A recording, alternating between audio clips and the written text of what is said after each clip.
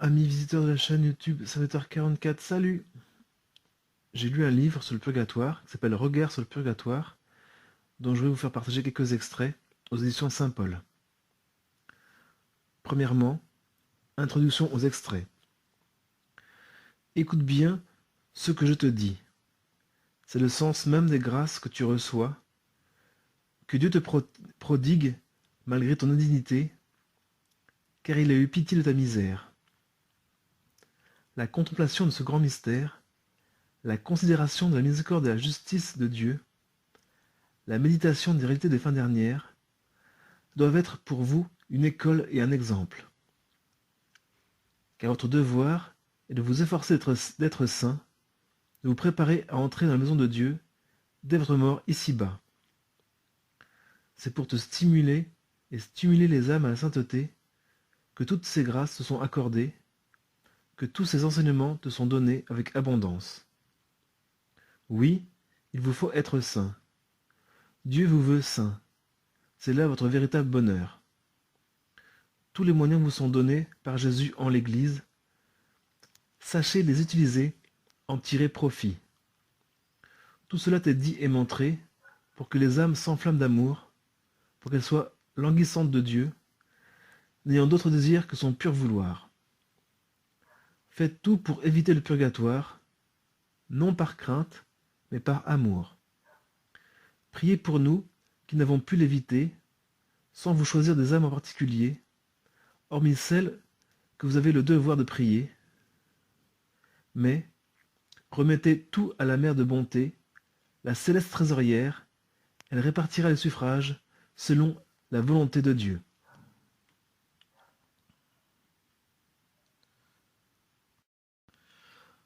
Deuxièmement, moyen efficace d'éviter le purgatoire.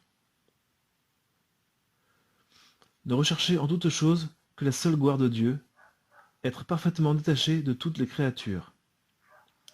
Ne vouloir en tout n'accomplir que le pur vouloir de Dieu, le dessein d'amour de Dieu sur chacune de ses créatures, se disposer avec amour à la mort, exercer les vertus d'obéissance, d'humilité et de discrétion, lire parfois des bons traités sur le purgatoire, tels que celui de Sainte Catherine de Gênes, et porter le scapulaire reine du Mont Carmel. En fait, c'est le programme de notre vie ici-bas. Troisièmement, la préparation. Le temps qui vous est donné sur la terre doit vous servir à préparer votre rencontre avec Dieu, vos retrouvailles avec votre Père. Si véritablement vous comprenez cela, le purgatoire n'existerait pas, parce que les âmes feraient tout pour être prêtes au moment de la rencontre. Remarque de la personne de la voyante. Mais le Seigneur, connaissant notre faiblesse, l'a créé, car il veut nous sauver. Répondant à cette remarque que je formulais, l'ange poursuivit. Le purgatoire a été créé par Dieu, il est un chef-d'œuvre de son infinie miséricorde. Mais si les âmes s'en donnaient vraiment la peine, elles n'auraient plus besoin de cette grâce supplémentaire, et le purgatoire disparaîtrait, faute d'usage. Ce sont les âmes qui maintiennent la nécessité du purgatoire, parce qu'elles ne sont pas prêtes au moment de la rencontre. Si vous arriviez au terme de votre vie, lavé de tout péché, ayant sur la terre payé la dette du péché, le purgatoire n'existerait plus, puisque vous iriez tout droit au ciel.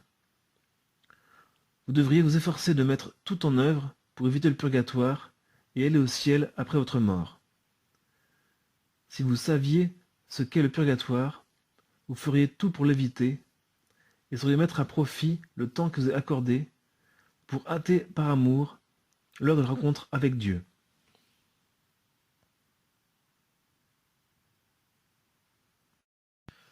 Quatrièmement, ce qui est nécessaire.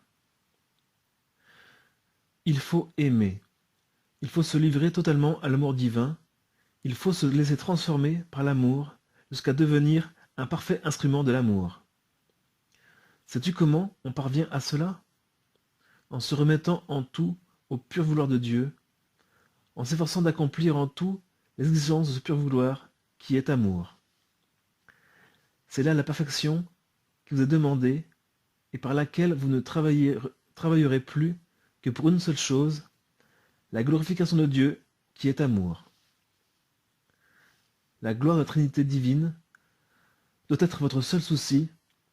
Vous devez unifier toute votre vie dans l'amour pour cela. Toute votre vie doit être remise à l'amour divin et orientée en ses moindres aspects vers la gloire de Dieu.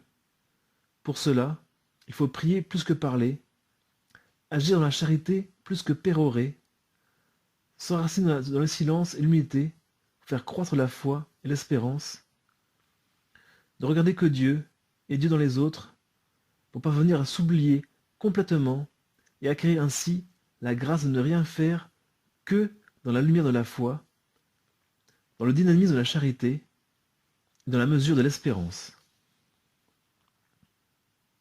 Cinquièmement, erreur à éviter. Sais-tu quelle est l'une des plus grandes erreurs de certaines âmes?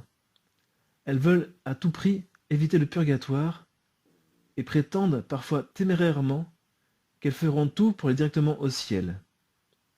Mais elles sont poussées par la crainte et non stimulées par l'amour. Elles agissent davantage pour elles-mêmes qu'en vue de la seule gloire de Dieu. Comprends bien ce que je dis maintenant. Le seul moyen d'éviter le purgatoire, ce n'est pas de faire tout pour l'éviter, mais bien de tout faire pour aller au ciel. C'est travailler inlassablement à sa propre perfection et à son propre salut, en se livrant totalement à l'amour infini de Dieu, en se conformant en toutes choses à ses exigences, en ayant en vue que la gloire de Dieu, tout le reste est entaché de vanité. Sixièmement, l'aide aux défunts. Les moyens principaux d'aider les défunts sont le saint sacrifice de la messe, offerte à leur intention, en premier lieu. Comme il contient l'offrande du Christ à la croix, il a pour ainsi dire une valeur satisfactoire infinie, surtout entendue avec recueillement et en semaine. Puis la prière, les indulgences, les œuvres de charité, exemple visite aux malades, l'aumône, l'accueil, l'hospitalité, les suffrages communs de l'Église. Elles en seront on ne peut plus reconnaissantes.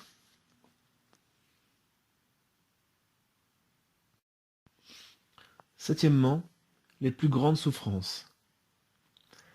Les âmes qui au purgatoire ont le plus à pâtir sont celles qui ont péché contre la charité, qui au cours de leur vie ici-bas n'ont pas cherché à se perfectionner dans cette vertu, qui n'ont pas su se détacher d'elles-mêmes pour être plus disponibles au Seigneur et à leurs frères.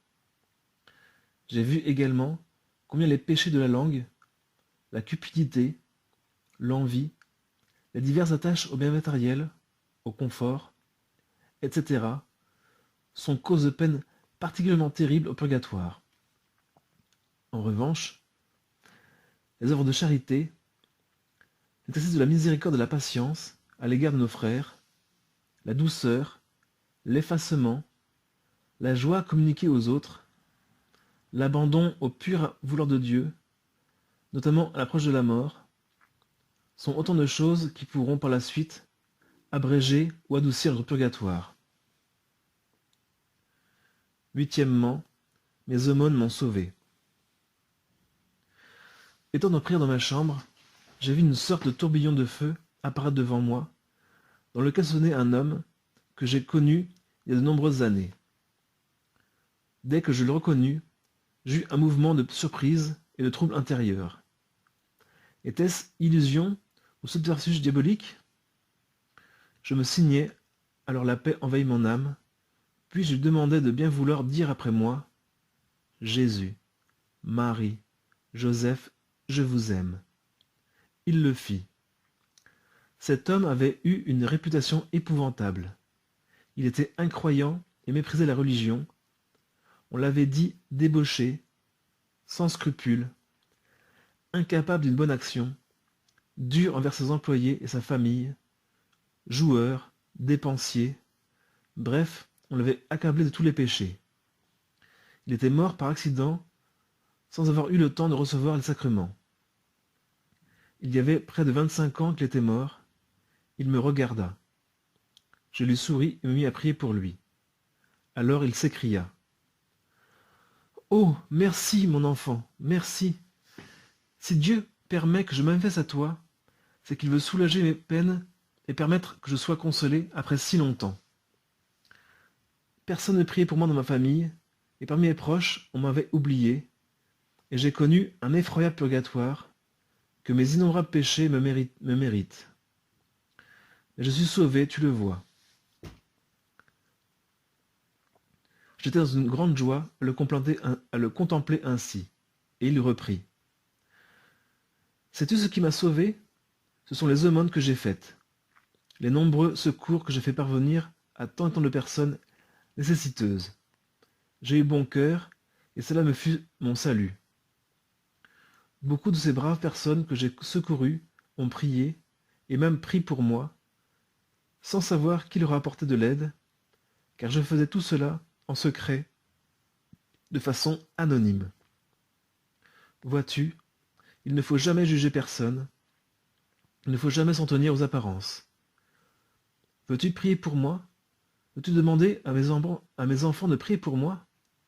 Cela glorifiera le Seigneur en hâtant ma délivrance. Je lui promis, et était tout heureux. Il se signa et disparut d'un coup, et j'en restai là à méditer ses paroles. Donc je vous conseille ce livre, Regard sur le purgatoire, et je mettrai en bas de la vidéo le PDF de ces différents passages extraits de ce livre. Bonne route vers le ciel, que Dieu vous bénisse et vous donne sa paix. Amen.